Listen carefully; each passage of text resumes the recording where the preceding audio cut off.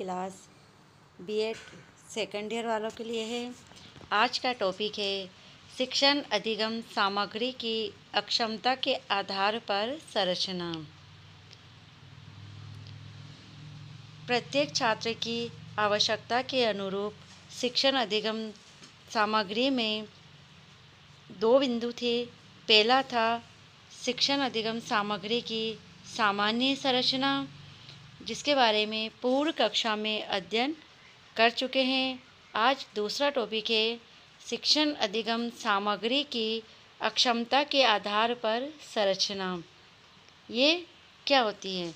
इसमें जो शिक्षक द्वारा छात्रों की जो अक्षमता होती है, रुचि होती है, उनके अनुसार उनको ध्यान में रखते हुए अधिगम सामग्री प्रस्तुत की जाती है कि बच्चे किस छात्र को क्या अक्षमता है या क्या योग्यता है, क्या स्तर है, इसका ध्यान रखकर उन छात्रों को शिक्षक द्वारा अध्ययन कराया जाता है। शिक्षण अधिगम सामग्री का द्वितीय स्वरूप अक्षमता के आधार पर होता है, अक्षमता के आधार पर निर्धारित होता है। इसमें शिक्षक द्वारा छात्र की अक्षमता, रुचि, योग्यता एवं स्तर को ध्यान में रखकर शिक्षण अधिगम सामग्री प्रस्तुत की जाती है। किस प्रकार से छात्रों की अक्षमता है, चाहे वह दृष्टिबाधित है या श्रवण बाधित है या विकलांगता है, किस प्रकार की उनमें अक्षमता है, उसकी अक्षमता या योग्यता या स्तर को ध्यान में रखकर ही शिक्षक शिक्षण अधिगम सामग्री प्रस्तुत करता है। इसको निम्नलिखित बिंदुओं के माध्यम से स्पष्ट किया जा सकता है। पहला है प्रतिभाशाली छात्रों के लिए शिक्षण अधिगम सामग्री। अगर प्रतिभाशाली छात्र है तो उसके लिए शिक्षण अधिगम सामग्री भी उसी प्रकार की होनी चाहिए। जैसे स्वरूप तकनीकी ज्ञान और उच्च स्तरीय व्यवस्था पर आधारित होनी चाहिए। किसके लिए? प्रतिभाशाली छात्रों के लिए तकनीकी ज्ञान और उच्च स्तरीय व्यवस्था पर आधारित होनी चाहिए। जैसे कि कंप्यूटर एवं इंटरनेट के माध्यम से छात्रों को विशिष्ट शिक्षण विषय वस्तु को समझाया जा सकता है। उनको जो भी गृह कार्य दिया जाए वह इंटरनेट एवं कंप्यूटर से संबंधित दिया जाए। इसके साथ साथ वीडियो कॉन्फ्रेंस एवं उच्च स्तरीय वीडियो फिल्म दिखाकर उनकी शिक्षण अधिगम प्रक्रिया पूर्ण की जा सकती है। किनके लिए? प्रतिभाशाली छात्रों के लिए, ताकि शिक्षण अधिगम सामग्री प्रभावी हो सके। दूसरा है सामान्य छात्रों के लिए शिक्षण अधिगम सामग्री। सामान्य छात्रों की जिन छात्रों की बुद्धि लब्धि सामान्य होती है, उनके लिए भी वीडियो फिल्म द्वारा सजीव प्रस्तुतिकरण किया जा सकता है। इसके साथ इन छात्रों के लिए ओवरहेड प्रोजेक्टर का भी प्रयोग किया जा सकता है, जिससे कि विषय वस्तु का ज्ञान आसानी से दिया जा सके। और सामान्य छात्रों की रुचि के अनुरूप उनको चित्र, चार्ट एवं पोस्टरों के माध्यम से भी विषय वस्तु या प्रकरण को समझाया जा सकता है। ये सामग्री सामान्य छात्रों के साथ प्रयोग में लाई जाती है। तीसरा है मंदबुद्धि छात्रों के लिए शिक्षण अधिगम सामग्री। अगर छात्र मंदबुद्धि है तो उनके लिए मंदबुद्धि छात्रों के लिए शिक्षण अधिगम सामग्री का स्वरूप खेल एवं अभिनय आधारित हो सकता है।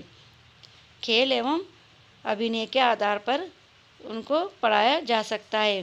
विविध प्रकार के खेलों एवं चित्रों के माध्यम से उनको ज्ञान कराया जाता है।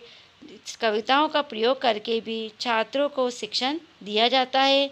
जैसे कि गिनती प्रारंभ करने के लिए उंगलियों का प्रयोग एवं शरीर के अंगों का प्रयोग किया जा सकता है। इनके लिए चित्र एवं चार्ट बहुत उपयोगी होते हैं।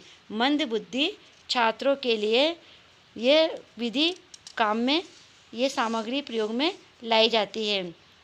चौथा है श्रवण अक्षम छात्रों के लिए शिक्षण अधिगम सामग्री। श्रवण अक्षम, जो सुन नहीं सकते हैं, गूंगे या बेरे होते हैं, उनके लिए अभिनय एवं संकेतों के माध्यम से शिक्षण कार्य किया जा सकता है। जैसे कि छात्रों को प्रयोगशाला में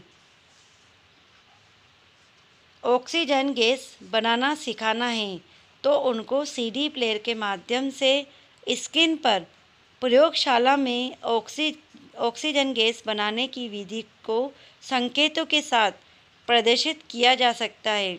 इस कार्य को शिक्षक स्वयं भी कर सकता है और छात्र से भी करवा सकता है। चित्र एवं चार्ट इन छात्रों के लिए सर्वश्रेष्ठ माने जाते हैं, जो श्रवण अक्षम छात्रों के लिए शिक्षण अधिगम सामग्री उपयोगी होती है। नेक्स्ट है 5वां, दृश्य अक्षम छात्रों के लिए शिक्षण अधिगम सामग्री।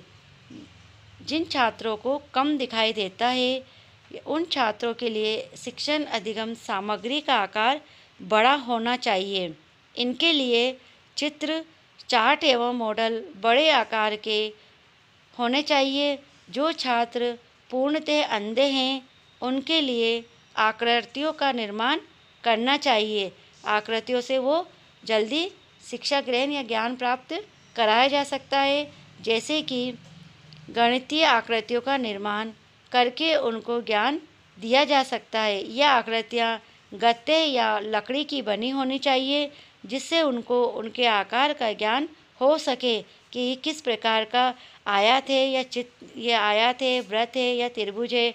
इस प्रकार से आकृतियों का निर्माण करके उनको आकृतियों के बारे में ज्ञान कराया जा सकता है। इन छात्रों के लिए टेप रिकॉर्डर एवं वॉइस रिकॉर्डर का भी प्रयोग किया जा सकता है।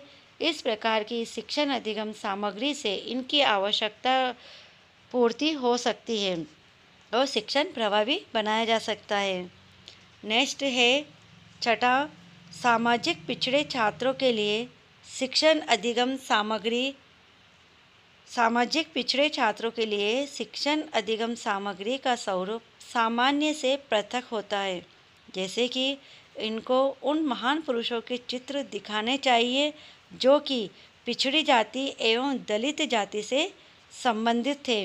इससे इनके मन में आत्मविश्वास जागृत होगा और इसके साथ साथ इनकी शिक्षण अधिगम सामग्री में चित्र, चार्ट एवं रेखा चित्रों का प्रयोग करना चाहिए, क्योंकि इनका निर्माण ये स्वयं कर सकते हैं तथा इनके घर परिवार में सरलता से उपलब्ध हो सकते हैं। तो इससे इनमें आत्मविश्वास जगेगा कि हम भी कुछ कर सकते हैं। इस प्रकार से उपरोक्त विवेचन से या उपरोक्त बिंदुओं से यह स्पष्ट हो जाता है कि शिक्षक को कक्ष में उन सभी विविध छात्रों का ध्यान रखना चाहिए जो कि बौद्धिक, सामाजिक एवं रुचि के आधार पर भिन्नता रखते हैं। उपरोक्त प्रयोगों के आधार पर ही वह प्रत्येक छात्र की आवश्यकता के अनुरूप शिक्षण अधिगम सामग्री तैयार करके प्रस्तुत कर सकते हैं और शिक्षण सामग्री से शिक्षण अधिगम प्रक्रिया को प्रभावी बना सकते हैं। इस प्रकार से इन सभी बिंदुओं के समावेशन से ही या इन बिंदुओं के समावेश से ही शिक्षण अधिगम सामग्री की अक्षमता के आधार पर संरचना को प्रभावी बनाया जा सकता है और समावेशी शिक्षा की समस्याएं एवं समाधान में इन समस्याओं समाधान में इन सब बिंदुओं को शिक्षण अधिगम सामग्री में समावेश करके ही इस समस्याओं समाधान में भी सहयोग प्रदान कर सकते हैं और शिक्षण अधिगम प्रक्रिया को प्रभावी रूप से संपन्न किया जा सकता है। इन बाधाओं और इन समस्याओं को दूर करके शिक्षण अधिगम प्रक्रिया को भी प्रभावी रूप से संपन्न किया जा सकता है। ओके, धन्यवाद।